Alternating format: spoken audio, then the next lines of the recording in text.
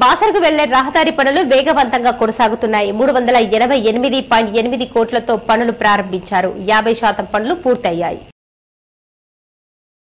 ఈ రోజు నిజామాబాద్ పట్టణంలోని D9 section Subhash Nagar sub station లో ప్రస్తుతం 5 MA పవర్ ట్రాన్స్ఫార్మర్ ఉంది. అదనంగా మరొక 3.15 MVA పవర్ ట్రాన్స్ఫర్ ఏర్పాటు చేశారు.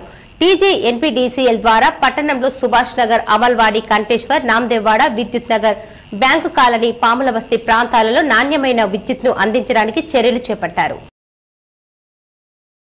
పాల్కొండ మండల కేంద్రంలో వారం రోజుల పాటు జరిగిన ఛాంపియన్స్ ట్రోఫీ క్రికెట్ టోర్నమెంట్ ముగిసింది.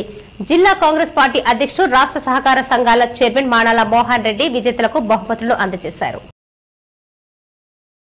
రెంజల్ మండలంలోని నీలా గ్రామంలో పెద్దమ్మ తల్లి 4వ వార్షికోత్సవ వేడుకలు ఘనంగా నిర్వహించారు. అధిక సంఖ్యలో భక్తులు పాల్గొని బోనాలతో మొక్కులు తీర్చుకున్నారు.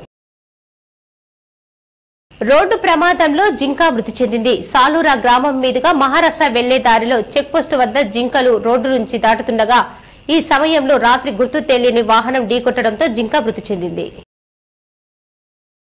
ఫ్రెస్నో నగరం పొలిమేరలో కళాకిర్ని అగ్రికల్చర్ పార్కును స్థానికురాలు క్యాండిస్ ఆధ్వర్యంలో మాజీ మంత్రి ఎమ్మెల్యే వేముల ప్రశాంత్ రెడ్డి సందర్శించారు.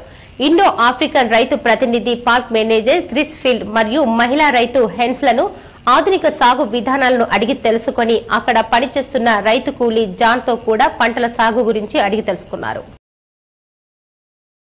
వంశీ హోటల్లో విజయ్ పబ్లిక్ స్కూల్ పూర్వ విద్యార్థులు ఆత్మీయ సమ్మేళనం నిర్వహించారు. ఉపాధ్యాయులను, విద్యార్థులను సత్కరించారు.